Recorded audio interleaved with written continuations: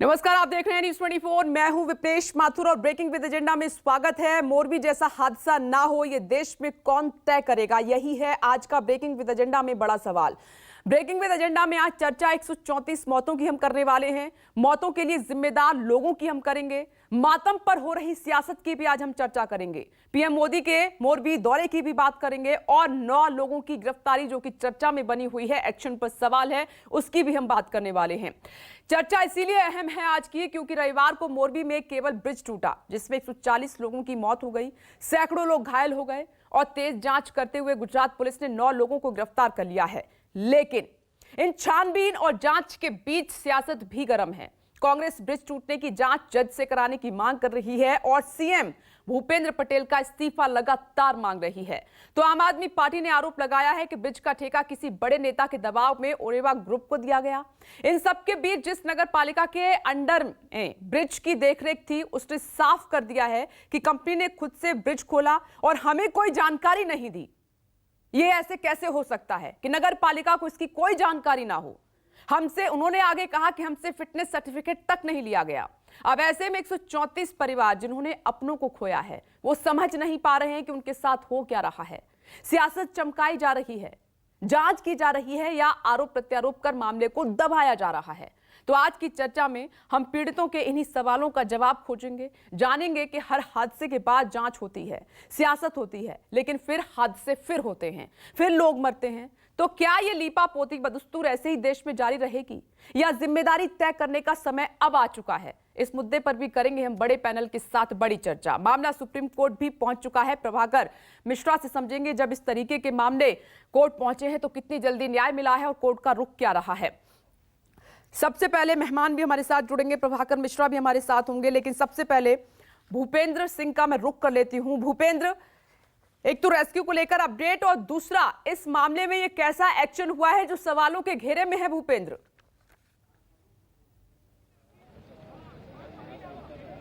बिल्कुल विपनेश, पहले मैं उस जगह पर मौजूद हूं जहां ये दर्दनाक हादसा हुआ, तो मैं आपको ताज़ा हालात जो हैं वो दिखा दूं। यहाँ पर किस तरह से आप देख सकती हैं कि तमाम लोग जो हैं यहाँ पर मौजूद हैं। और अगर मैं नदी आपको दिखाने की कोशिश करूं तो आप देख सकती हैं कि तमाम जो एजेंसियां हैं जो हादसे के बाद से तुरंत ही यहाँ पर रेस्क्यू ऑपरेशन में जुट गई थी वो अभी भी आपको यहाँ पर रेस्क्यू करते हुए दिखाई दे रही हैं, क्योंकि नदी का पानी जो है काफ़ी विस्तार तक फैला हुआ है। जलकुंभियाँ जो हैं यहाँ पर बहुत हैं और उन सबको हटाकर भी कोशिश की जा रही है कि किसी तरह से अंदर कोई भी ऐसी जगह जो है वो बाकी ना रहे। और इसके चलते गोताखोर जो है वो भी लगातार यहाँ पर जा रहे हैं। आप देख सकते हैं यहाँ पर ये जो नाव दिखाई दे रही है उस नाव के अंदर जो गोताखोर हैं वो भी सवार है, बाकायदा सिलेंडर ऑक्सीजन लेकर। इस समय एक गोताखोर आपको दिखाई दे रहा है जो पानी में से निकलते हुए। ये एक पूरी एक्सरसाइज जो है लगातार की जा रही है। उस दिन से ही कल रात को जो है रेस्क्यू ऑपरेशन को बंद रखा गया था क्योंकि रात के वक्त काफी कठिनाई हो रही थी। हादसे के पहले दिन जरूर तमाम लाइट्स और तमाम सुविधाओं के साथ में रात भर रेस्क्यू ऑपरेशन चलाया, 136 शव बरामद किए। और अभी अभी एक ताजा जानकारी के मुताबिक राजकोट में एक मरीज गंभीर हालत में भर्ती कराया गया था, हर्ष रिपड़िया, उसके भी मौत की खबर आ रही है। तो आंकड़ा अब 137 का हो गया है। जो 136 सरकारी आंकड़ा था वो 137 के आसपास का हो गया है। और ये एक मशीन आप देख रही हैं कि किस तरह से जलकुंभियों को हटाया जा रहा है, क्योंकि इसके चलते बहुत ज़्यादा दिक्कत पहले दिन से ही पेश आ रही है। जितनी भी रेस्क्यू टीमें हैं यहाँ पर, NDRF, SDRF, navy, coast guard, army के, पुलिस के, दमकल के, तमाम लोग आप देख रही हैं इस समय यहाँ पर रेस्क्यू चल रहा है। और ये ब्रिज जो टूटा जिसकी वजह से बहुत सारे लोग जो है इस मच्छू नदी में गिरे, इसको भी आप इस समय आपको दिखाई दे रहा है कि किस तरह से यहाँ पर ये ब्रिज को लेकर सवाल उठे। और जो आज की हमारा सवाल है कि किस तरह से बिना इजाजत के, बिना फिटनेस सर्टिफिकेट के, बिना क्लियरेंस सर्टिफिकेट के नगर पालिका के और इस ब्रिज को खुलने की इजाजत दी गई।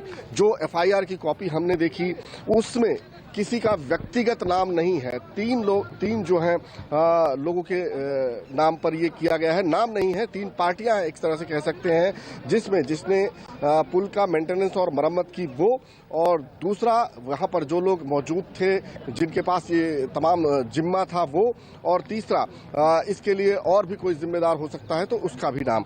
इस तरह से 9 लोगों को हिरासत में लिया गया। जो कंपनी है और या कंपनी के उसके मैनेजर बताए जा रहे हैं जिनके पास इसका कॉन्ट्रैक्ट है, उन 2 लोगों को उसमें वो 2 लोग हैं। इसके अलावा जो टिकट काटने वाला था, यहाँ के जो सिक्योरिटी गार्ड थे और भी तमाम यहाँ स्टाफ के लोग थे, तो 9 लोगों को हिरासत में लिया है। लेकिन अभी भी सबसे बड़ा सवाल ये है कि जयसुख पटेल, जिनके पास में जो अजंता कंपनी के MD हैं, जिनको ये ठेका मिला था, ओरेवा कंपनी जिसकी सिस्टर कंपनी है, उनका कहीं पर भी नाम जो है वो नहीं दिखाई दे रहा है इस FIR में, और न ही उनके खिलाफ एक्शन की बात अभी तक किसी भी अधिकारी ने की है। ये जरूर है कि वो जब से हादसा हुआ है तब से लापता हो गए हैं। उनके तमाम फोन जो हैं वो स्विच ऑफ आ रहे हैं, उनका कोई संपर्क नहीं हो पा रहा है। ऐसे में सवाल ये भी उठता है, क्योंकि जब ये हादसा हुआ तो उसके बाद इस तरह का भी बयान आया कि जो नगर पालिका के यहाँ के चीफ ऑफिसर हैं, उन्होंने ये कहा कि कोई किसी तरह का क्लियरेंस सर्टिफिकेट जो है वो नहीं लिया गया। तो सवाल ये उठता है कि अगर क्लियरेंस सर्टिफिकेट नहीं लिया गया, बाकायदा प्रेस कॉन्फ्रेंस करके इस पुल का उद्घाटन किया गया था। जयसुख पटेल अपनी पत्नी, अपने बच्चे और अपने परिवार के साथ उन्होंने रिबन काटा था, मीडिया के लिए पूरा पुल जो है खुला रखा था, प्रेस कॉन्फ्रेंस की थी, और उसके अगले दिन नए साल के बाद ये पुल जनता के लिए ओपन हुआ। 3 दिनों में 12,000 लोगों ने मुलाकात की।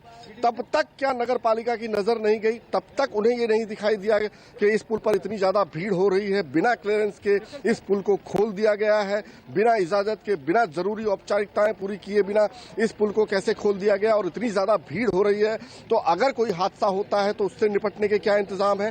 कोई भी चीजों पर ध्यान नहीं दिया गया, कोई भी दरकार नहीं ली गई कि अगर कोई अनहोनी घटना घटती है। 150 साल पुराना ये पुल है, और जो हैंगिंग पुल होते हैं उनकी अपनी एक टेक्निक होती है, उनकी एक स्पेशलाइजेशन होती है। क्या उस स्पेशलाइजेशन के साथ इसकी मरम्मत की गई थी? कल हमने मलबा भी दिखाया, जो मलबा निकल रहा है नदी में से इस पूरे रेस्क्यू ऑपरेशन के दौरान, उसमें बहुत जगह पर हमें देखने को मिला कि जो लोहा है, जो केबल्स हैं, उसमें सब में जंग लगी हुई है।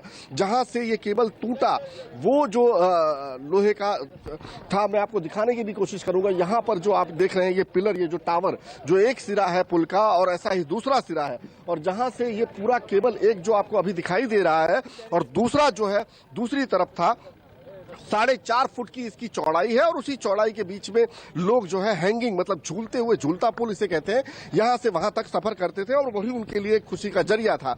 लेकिन जो केबल जिसके ऊपर पूरा दारोमदार था इस पुल का, वो केबल ही टूट गया। और ये केबल जो है उस समय बहुत सारे लोगों के लिए मदद का जो है वो जरिया बना था। इस समय मैं आपको दिखाने की कोशिश करूंगा लोग किस तरह से केबल को पकड़कर अपनी जान बचाने की कोशिश कर रहे थे।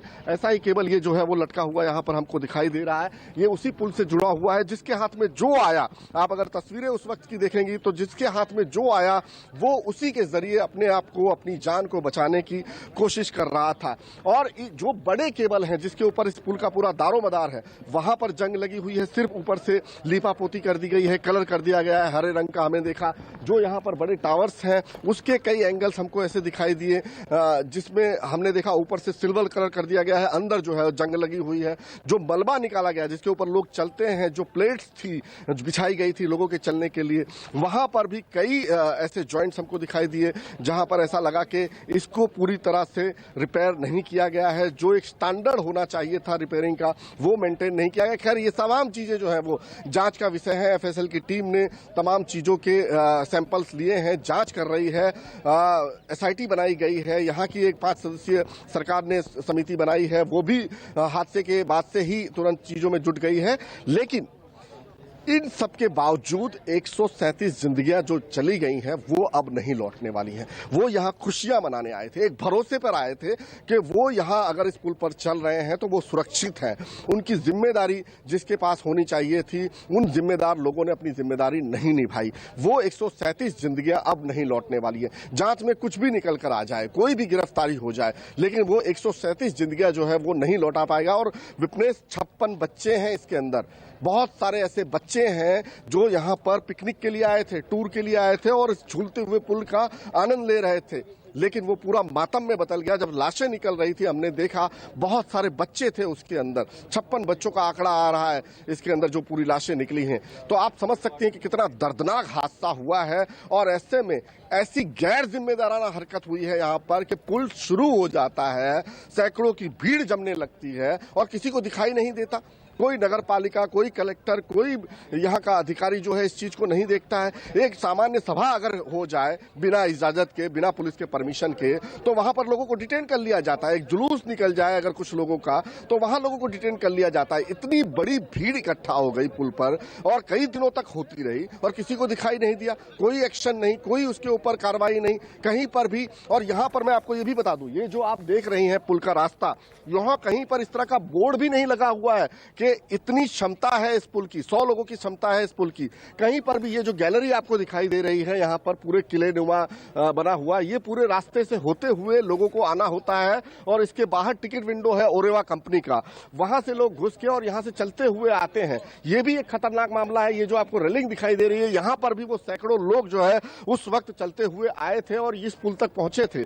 यहाँ कहीं पर भी पूरे रास्ते में करीबन 300 से 400 मीटर का ये पुल पर चढ़ने के पहले का रास्ता है, लेकिन कहीं पर भी इस तरह का कोई बोर्ड नहीं लगा हुआ है कि यहां पर इससे ज्यादा लोगों के जाने की अनुमति नहीं है, इससे ज्यादा लोग अलाउड नहीं है। ये कोई ऐसा निर्देश, दिशा निर्देश जो है वो हमको नहीं दिखाई दिया। जो जानकार थे उनसे हमने बातें की तो पता चला कि यहाँ के जो नॉर्मल स्टाफ के होते हैं गार्ड्स, वही मौजूद थे यहाँ पर। ऐसा भी नहीं है कि कोई बोट जो है इस नदी में गश्त लगा रही थी। रेस्क्यू टीम जो है अमूमन जैसे पुल के आसपास होता है शहरों में कि कोई एक रेस्क्यू टीम होती है, दमकल विभाग की होती है, वो गश्त लगा रही होती है।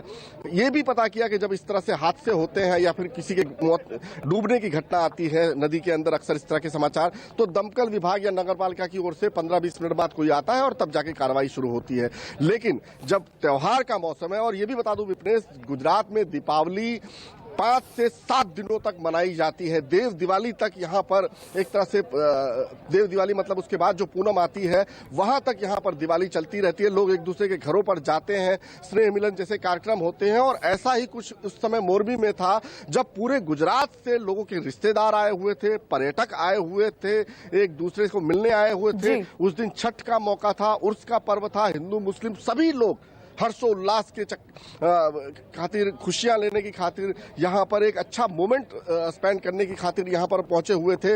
लेकिन वो तमाम खुशियां जो है वो उनकी मातम में बदल गई, इसलिए कि जिनके पास ये जिम्मेदारी थी उन्होंने अपनी जिम्मेदारी ठीक से नहीं निभाई, उन्होंने लापरवाही बरती। इतनी सारी जानों को, इतने सारे लोगों को प्रवेश कर दिया कि पुल के वहन की क्षमता जो है वो नहीं रही और पुल जो है एकदम से टूट गया। उसका केबल जो है वो, आप अगर तस्वीरें, जो लाइव तस्वीरें आई हैं सीसीटीवी, तो उसमें ऊपर का जो केबल है वही टूटता हुआ दिखाई देता है और उसके बाद पूरा पुल जो है वो पलट जाता है। जितने भी लोग थे वो एक एक करके नदी में गिरने लगते हैं। और ये नदी जो है ये उस समय, हालांकि अभी जो है इसका पानी का स्तर, क्योंकि चेक डैम कल तोड़ा गया था पानी की निकासी के लिए, थोड़ा सा कम हुआ है, लेकिन 15 फीट से भी ज्यादा पानी इस नदी में था। जो लोग एकदम किनारों की तरफ थे वो तो किसी तरह से बच गए केबल को पकड़कर लटकते हुए, लेकिन जो बीच में थे या नदी के सतह पर थे वो बिल्कुल नहीं बच पाए। और ये एक पानी में गिरने के बाद आपको मुश्किल से कोई भी व्यक्ति जो है अपना 2 या 3 मिनट तक सांस रोक सकता है या उससे ज्यादा, अगर उसको तैरना आता है तो कुछ देर तक। लेकिन जो रेस्क्यू ऑपरेशन शुरू हुआ, जो पूरी टीमें पहुंची एजेंसियों की, वो भी कम से कम 10 बजे के आसपास पहुंची, 9-10 बजे के आसपास ये पूरा रेस्क्यू शुरू हुआ, लेकिन तब तक कोई जिंदा बचे इस तरह के कोई आसार नहीं थे। अभी भी तमाम जो है यहाँ के अधिकारी और लोग जो हैं, तमाम फोर्सेस के, वो रेस्क्यू ऑपरेशन कर रहे हैं, दिशा निर्देश दे रहे हैं, लगातार चीजें की जा रही हैं। लेकिन अब चूंकि किसी के जिंदा रहने की उम्मीद तो बिल्कुल नहीं की जा सकती है, लेकिन अब सवाल ये उठता है कि जो जिम्मेदार हैं उनके ऊपर किस तरह की कार्रवाई हो। विपक्ष ने, क्योंकि चुनाव का मौसम है, जाहिर सी बात है इस पर सियासत होनी है। कल से ही ट्विटर वॉर जो है वो शुरू हो गया। कांग्रेस से कई नेता यहां पर पहुंचे, अशोक गहलोत पहुंचे, दिग्विजय सिंह पहुंचे, उन तमाम लोगों ने भी जो है अपनी तरफ से यहां पर प्रतिक्रियाएं दी। और साफ तौर पर अगर इस तरह की इतनी बड़ी घटना होती है और जिसमें इतनी जाने जाती हैं तो सवाल तो बिल्कुल उठेंगे और सवाल उठ उठ रहे हैं लगातार। और शहरी विकास मंत्रालय जिसकी ये जिम्मेदारी है, जिसके अंतर्गत ये आता है, वो मुख्यमंत्री के पास है। और ऐसे में विपक्ष जो है अब मुख्यमंत्री का इस्तीफा मांग रहा है। तो कुल मिलाकर कहा जाए कि एक बहुत बड़ी घटना यहाँ पर विपरीत। एक चीज मैं और बता दूं कि यही मोरबी है जहां 43 साल पहले मच्छू डैम की एक त्रासदी हुई थी और 2000 के आसपास लोग जो है वो एक जलप्रवाह में बह गए थे। और एक बार फिर यही मच्छू नदी जो है कई जाने लील गई हैं। कई लोगों ने यहाँ पर इसी मच्छू नदी में जल समाधि ले ली है। तो एक पुराने जख्म जो थे वो भी लोगों के ताजा हो गए हैं। पहले यहाँ पर जो घाव लगा, ताजा घाव, उसका तो उनको दर्द था ही, लेकिन कुछ पुराने जख्म जो है वो भी ताजा हो गए हैं। जी विपनेश। बिल्कुल भूपेंद्र, आपने सही कहा। और जो सबूत वहां पर मौके पर दिखाई दे रहे हैं वो साफ तौर पर इशारा कर रहे हैं कि 137 लोगों की जान बड़ी लापरवाही ने ली है। आप बने रहे मेरे साथ। नमस्कार, मैं हूं मानक गुप्ता। अगर आपको हमारा ये वीडियो पसंद आया हो तो इसे लाइक और शेयर जरूर करें। और हां, हमें सब्सक्राइब और फॉलो करना ना भूलें ताकि आप देश और दुनिया की कोई खबर मिस ना करें। तो जुड़े रहिए हमारे साथ और देखते रहिए न्यूज़ 24।